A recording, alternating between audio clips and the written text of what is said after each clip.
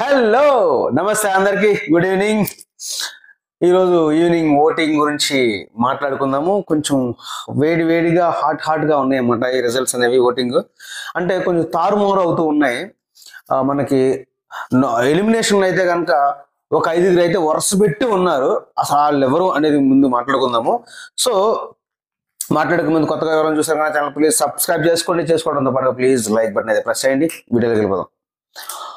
Okay, as usual గానే మన నబీలు ప్రేరణ వీళ్ళందరూ కలిపి డెఫినెట్ గా 99% ఫస్ట్ ర్యాంక్ లో నిలబెట్టాలి, విన్నర్ చేయాలి అన్న విధంగా మన గౌతమ్ని టాప్ 1 లో నిల్చోబెట్టారన్నమాట ఓటింగ్ రిజల్ట్స్ లో. సో యాజ్ యూజువల్ గానే వాళ్ళ బ్యాక్ పిచ్చింగ్ వల్ల వాళ్ళు మాట్లాడే విధానం వల్ల, వాళ్ళు టార్చర్ చేయడం వల్ల, వాళ్ళు టార్గెట్ చేయడం వల్ల గౌతమ్ అయితే కనుక ఫస్ట్ పొజిషన్ ఉన్నాడు. అది కూడా 30% అనమాట. ఆ 30% ఓటింగ్ అనేది చాలా ఎక్కువ వెళ్ళిపోయింది.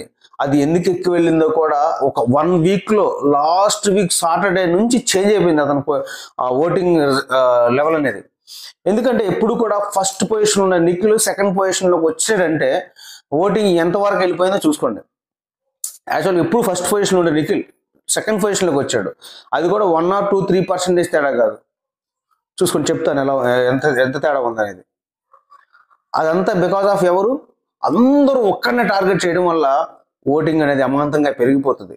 ఎందుకంటే ఆ కౌశల్ కూడా యాక్చువల్గా బిఫోర్ సీజన్ 2 లో చూసుకుంటే కనుక కౌశల్ కూడా సేమ్ అదే విధంగా అందరూ ఒక్కరినే టార్గెట్ చేయడం వల్ల అతను ఓటింగ్ లెవెల్ అనేది చాలా హైలో ఉండేది, చాలా ఎక్కువగా ఉండేది.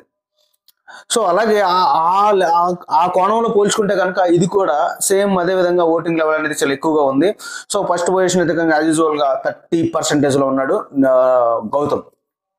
ఇంకా సెకండ్ పొజిషన్ లో వచ్చేపాటికి నిఖిల్ 23% లో ఉన్నాడు అనమాట.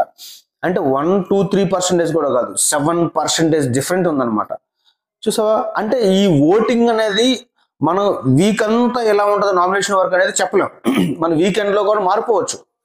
ఎందుకంటే ఆడే టాస్క్ల వల్ల మన ఇప్పుడు గౌతమ్ ఆడే టాస్క్ల వల్ల, నిఖిల్ ఆడే టాస్క్ల వల్ల, అందరూ ఆ కంటెస్టెంట్లు ఆడే టాస్క్ల వల్ల మొత్తం అందరూ కూడా ఆడే టాస్క్ల వల్ల చేంజ్ అయిపోవచ్చు ఓటింగ్ లెవెల్ అనేది.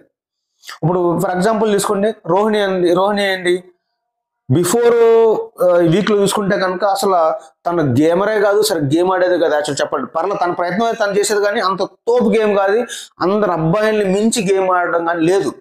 కానీ ఎప్పటి నుంచి జరిగింది ఇలాగా,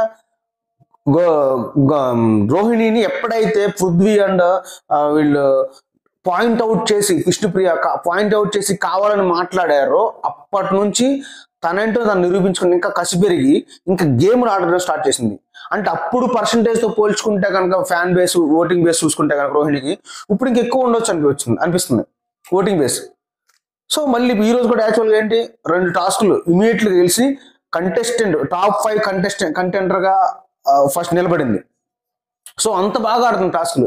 సో ఎలా ఉంటుందంటే వీక్ అంతా ఎలా ఉంటుంది ఓటింగ్ అని చెప్పలేం, కానీ వీక్ డే బై డే మారిపోతుండొచ్చు. ఇప్పుడు ఈ రోజు ఉన్న ఓటింగ్, ఇప్పుడు ఈ రోజు ఎపిసోడ్ చూసిన తర్వాత రేపు మార్నింగ్ మళ్ళీ మారిపోవచ్చు, మళ్ళీ రేపు ఎపిసోడ్ అయిన తర్వాత రేపు ఏమి మారిపోవచ్చు, చెప్పలేం ఎప్పుడు ఎలా ఉంటుందో. సో యాజ్ యూజువల్ చూసుకుంటే కనుక గౌతమ్కి అయితే 30% ఉంది, నిఖిల్కి అయితే 23% ఉంది.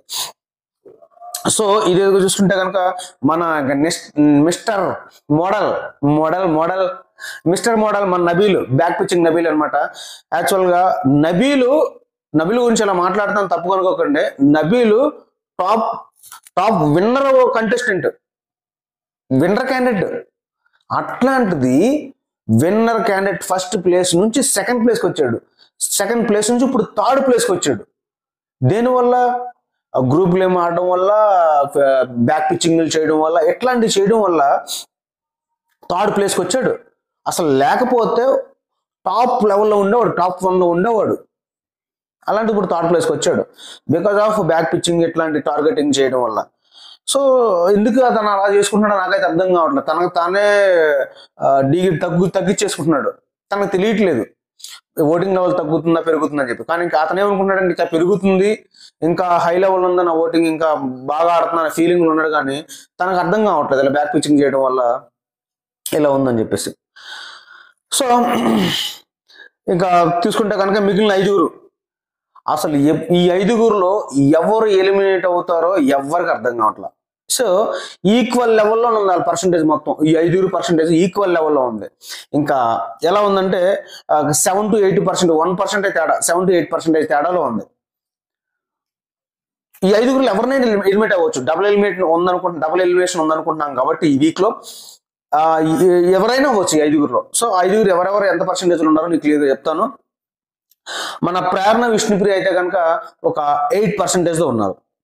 అంటే వీళ్ళ ముగ్గురితో పోల్చుకుంటే కనుక కొంచెం బెటర్, 1% ఎక్స్ట్రాతో ఉన్నారు. అంటే పర్లేదు వీళ్ళు కొంచెం ఎలిమినేషన్ అవ్వర్లే అని అనుకోవచ్చు. బికాజ్ వీళ్ళ పృథ్వీ, తేజ, అవినాష్ అయితే కనుక 7% ఉన్నారు. సో ఆ రీజన్తో నేను చెప్తున్నాను అనమాట.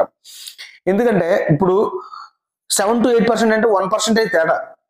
ఆ 1% ఎప్పుడైనా తారుమారవచ్చు. సో ఈ ఎలిమినేషన్ అనేది ఈ 5లోనే ఉంది. ఈ 5 అయితే కనుక సేఫ్ జోన్ లోనే ఉన్నారు. ఎవరు? గౌతమ్, నిఖిల్, నబీల్ అయితే కనుక సేఫ్ జోన్ లో ఉన్నారు, 1st, 2nd, 3rd పొజిషన్ లో. సో వీళ్ళు అయితే కనుక ప్రేరణ, విష్ణుప్రియ, పృథ్వీ, తేజ అయితే కనుక డేంజర్ జోన్ లో ఉన్నారని అనిపిస్తుంది, 7 to 8%.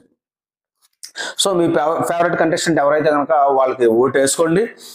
సో ఇప్పుడు నేను వీడియో చేసిన విధానం బట్టి నేను రైట్ మాట్లాడినా, రాంగ్ మాట్లాడినా, ఎలా మాట్లాడాను అనేది కూడా మీ అవగాహనకి కామెంట్ రూపంలో తెలియజేయండి.